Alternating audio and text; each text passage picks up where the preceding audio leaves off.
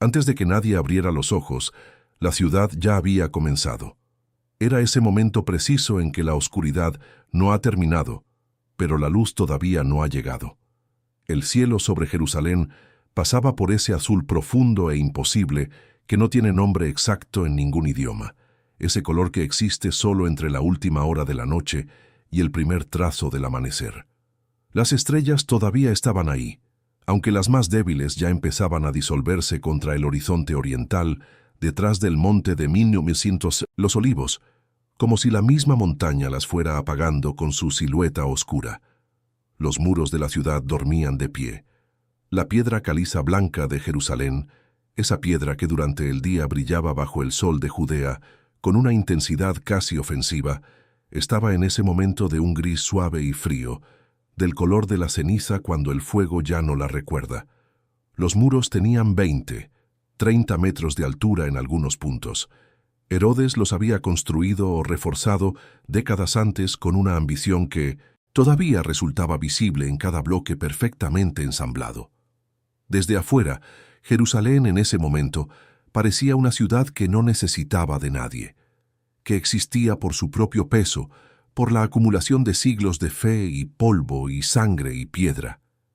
Pero adentro, algo se movía. No era el movimiento del día todavía. Era algo más antiguo, más silencioso. El movimiento de los que siempre despiertan primero. El primer sonido que llegaba a Jerusalén antes del amanecer era el de las palomas del templo.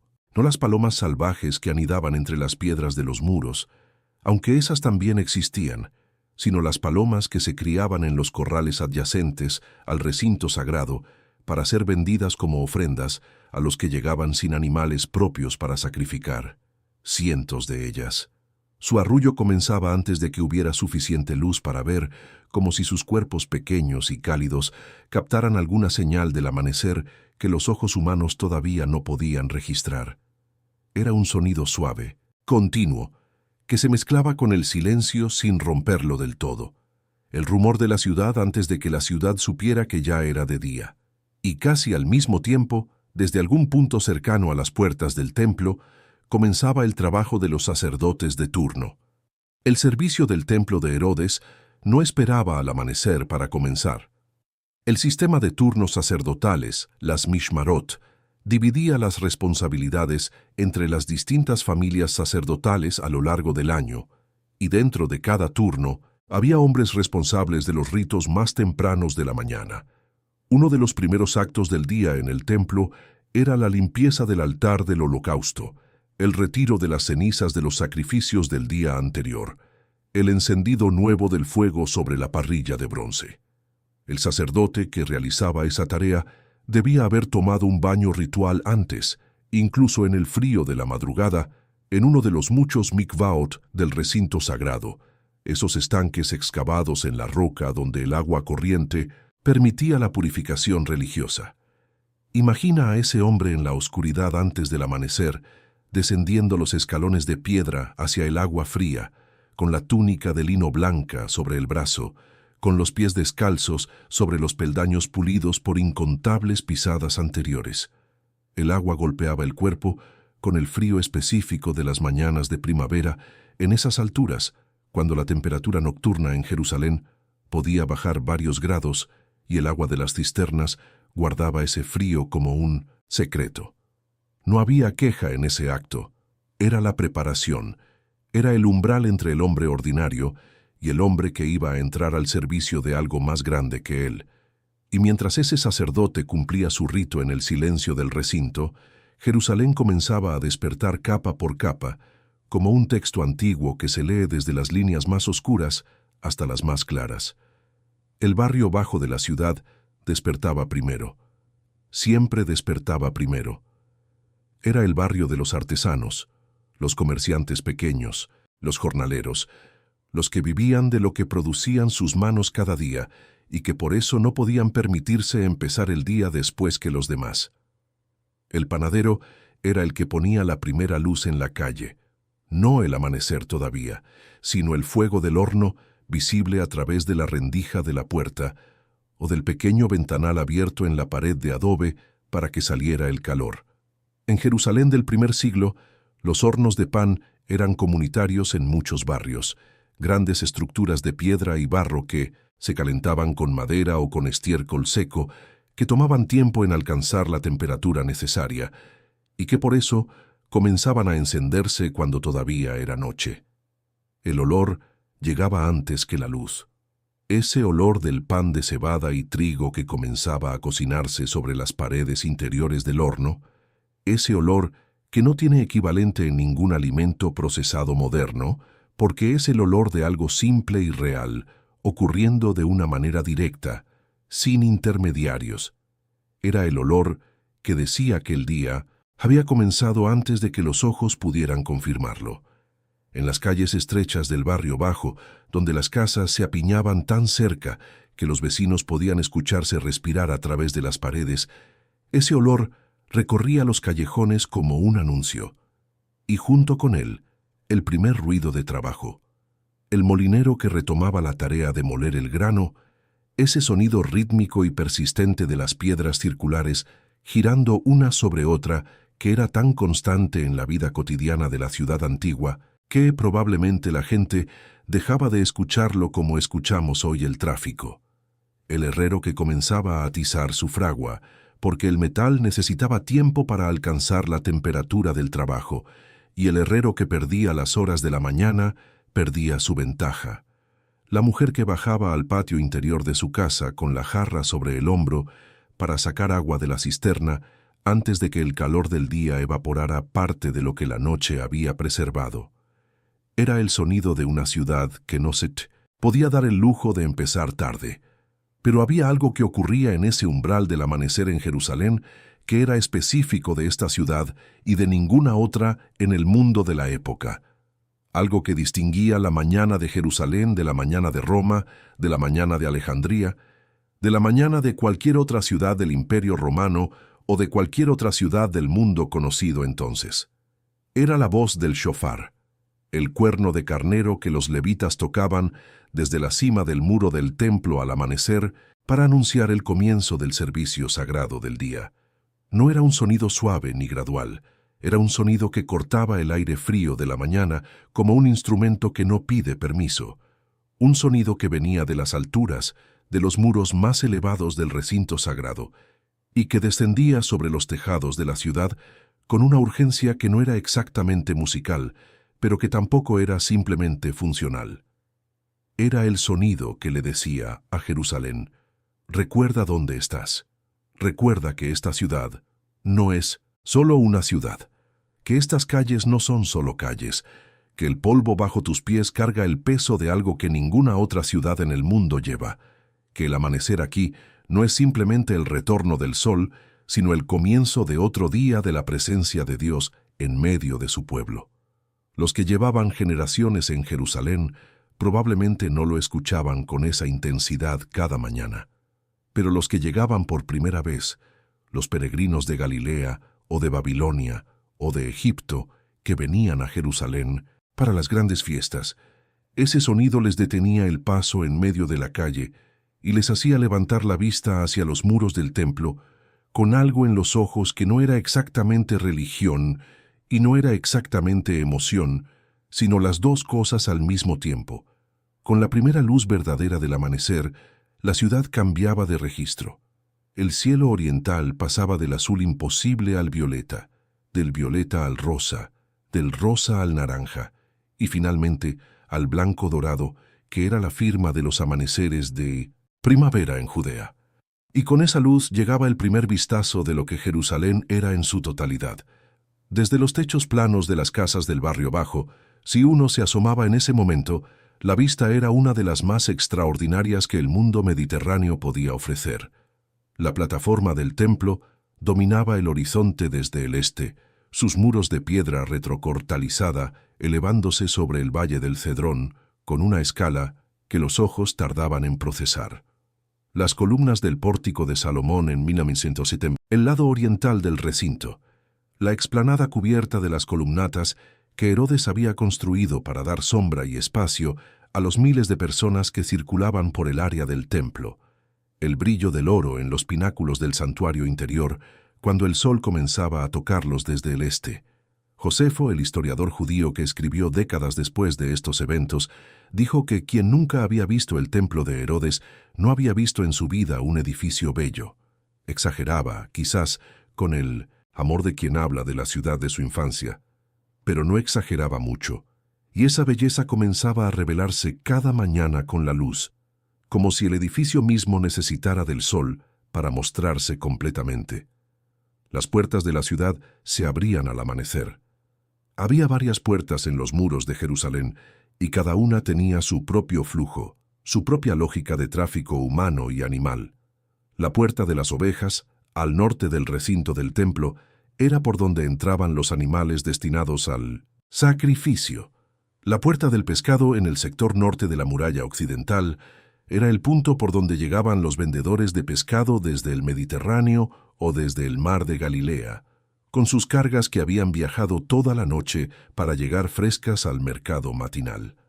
La puerta del estiércol en el extremo sur era por donde salían los desperdicios de la ciudad, un tráfico en dirección contraria, que ocurría también temprano, antes de que el calor del día convirtiera esa tarea en algo más urgente. Cada puerta era un umbral entre dos mundos. De un lado, el orden relativo de la ciudad con sus calles y sus casas y sus mercados establecidos. Del otro, el campo abierto, los caminos que se extendían hacia Betania al este, hacia Belén al sur, hacia Jericó bajando por la pronunciada pendiente del desierto de Judea, hacia Cesarea y el Mediterráneo al oeste, hacia Galilea al norte. Los que llegaban a Jerusalén venían cargados, con productos para vender, con animales para ofrecer, con cartas para entregar, con noticias de otros lugares, con cuerpos cansados del camino y ojos que todavía no habían terminado de acostumbrarse al tamaño de la ciudad.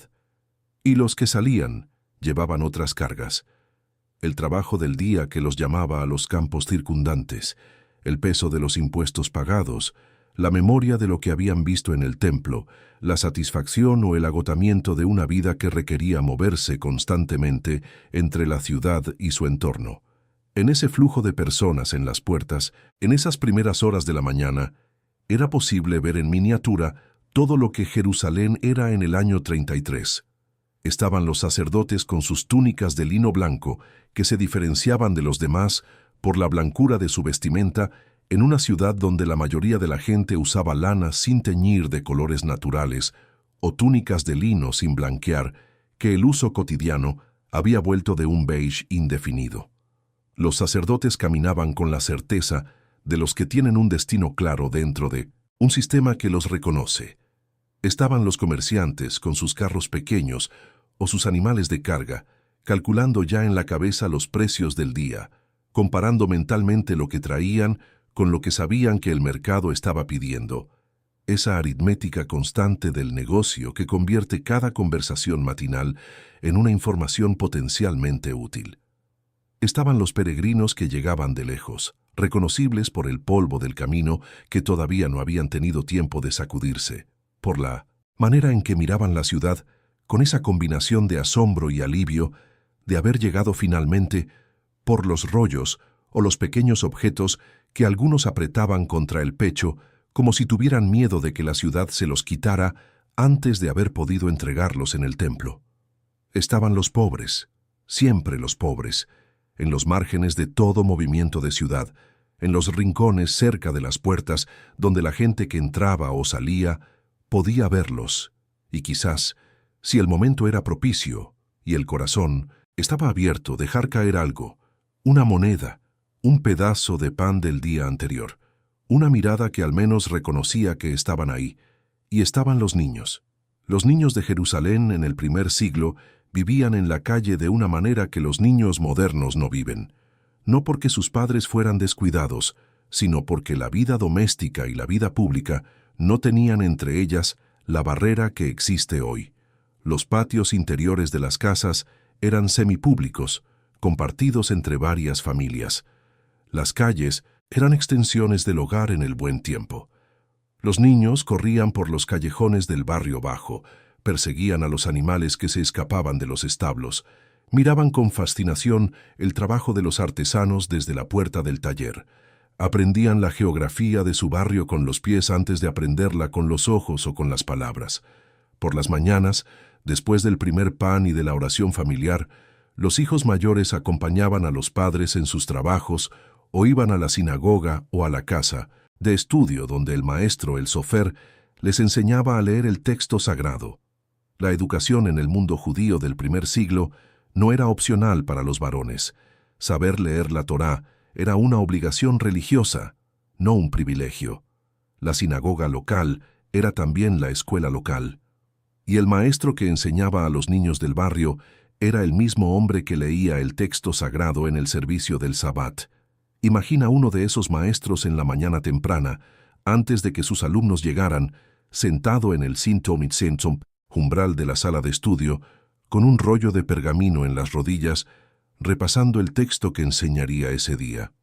La luz del amanecer todavía entrante, oblicua y suave, cayendo sobre las letras del texto con esa calidad de luz que solo existe en las primeras horas y que hace que las cosas parezcan más nítidas que en cualquier otro momento del día.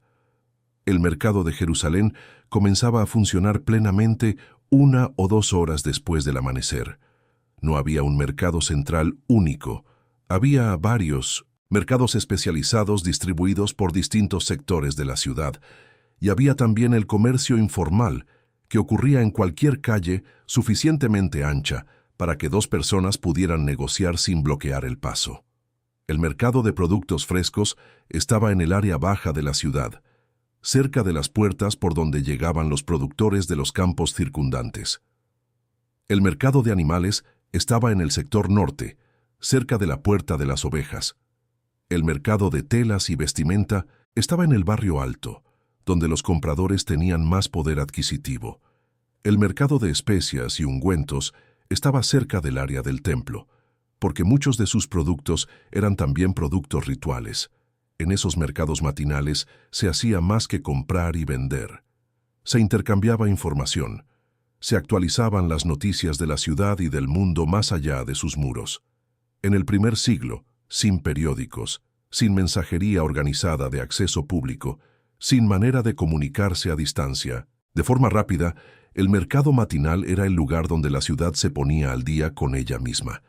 ¿Quién había llegado de Galilea? ¿Qué decían los que venían de Jericó sobre el camino? ¿Era cierto que el gobernador había tomado más impuestos del templo para sus proyectos de construcción? ¿Habían visto al predicador Galileo en el templo ayer? ¿Qué había dicho? Porque en esos días, en esa primavera particular, había una conversación que se repetía en los mercados y en las puertas y en los patios de Jerusalén más que cualquier otra.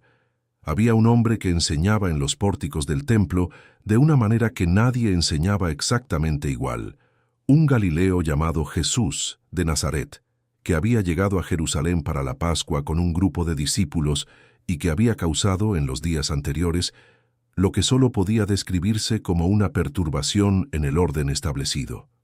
La escena en el patio de los gentiles, donde había volcado las mesas de los cambistas y soltado los animales para la venta, no era algo que la gente olvidara fácilmente. Los que lo habían visto lo contaban a los que no habían estado.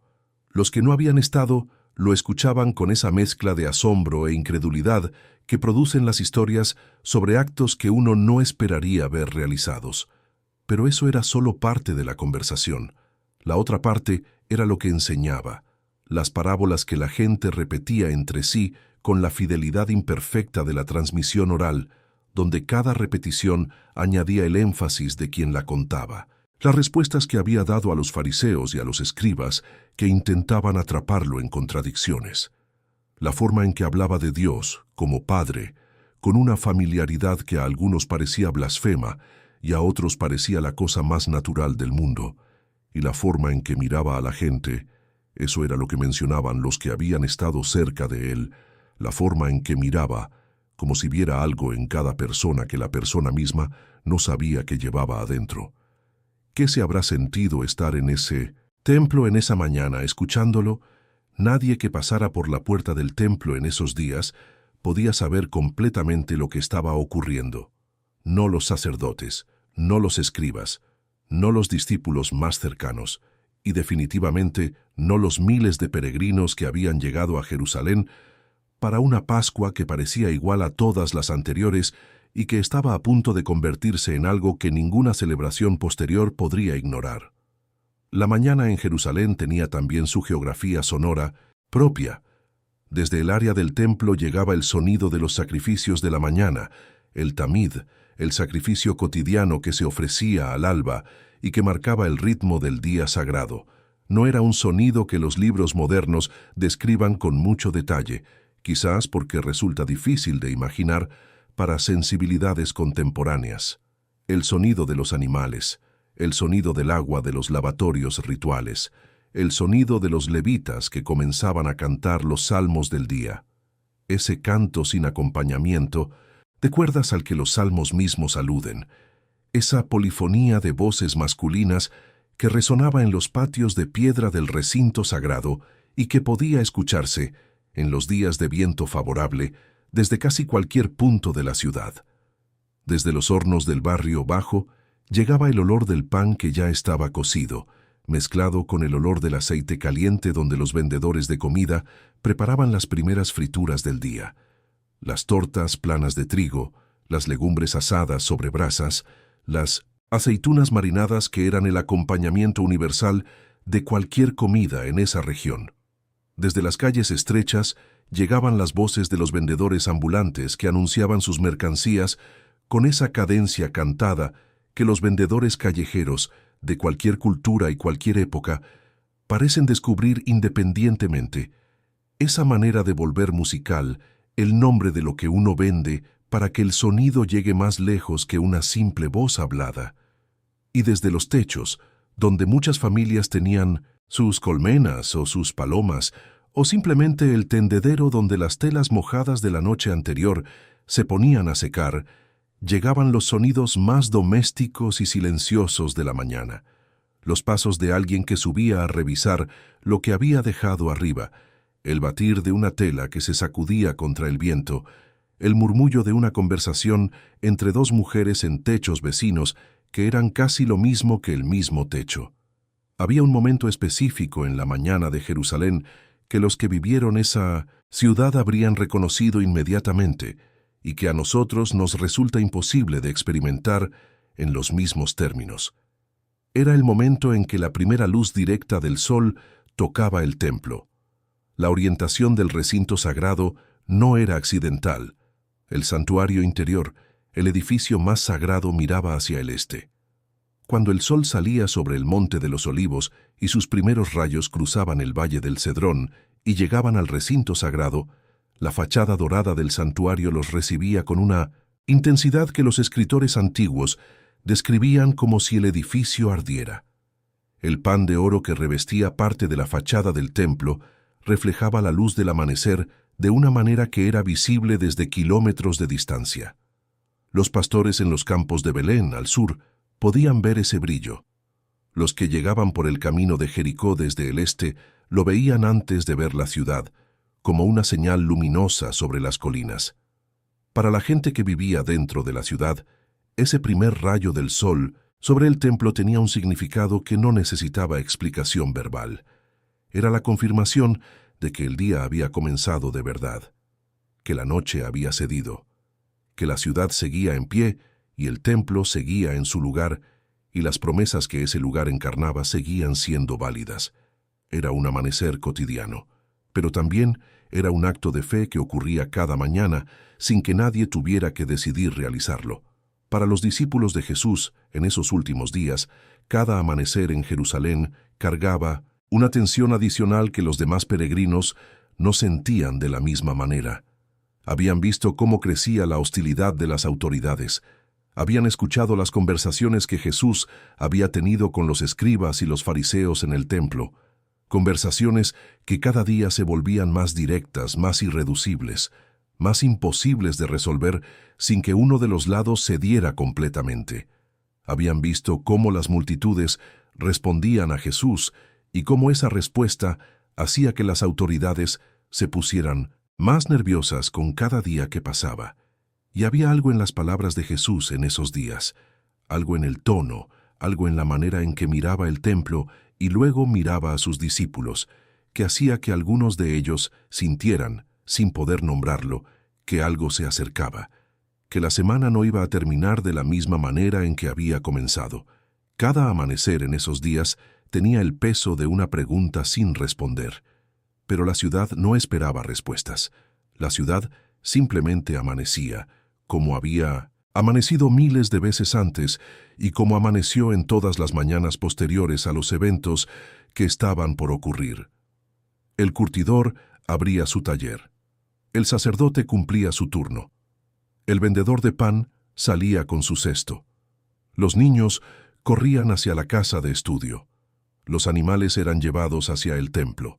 El mercado comenzaba su ruido. Las puertas de la ciudad recibían a los que llegaban y despedían a los que salían. Y sobre todo eso, la luz del sol que ascendía sobre el monte de los olivos, que cruzaba el valle del Cedrón, que llegaba al recinto sagrado y encendía la fachada dorada del templo con ese brillo que parecía un fuego que no quemaba. Jerusalén amanecía.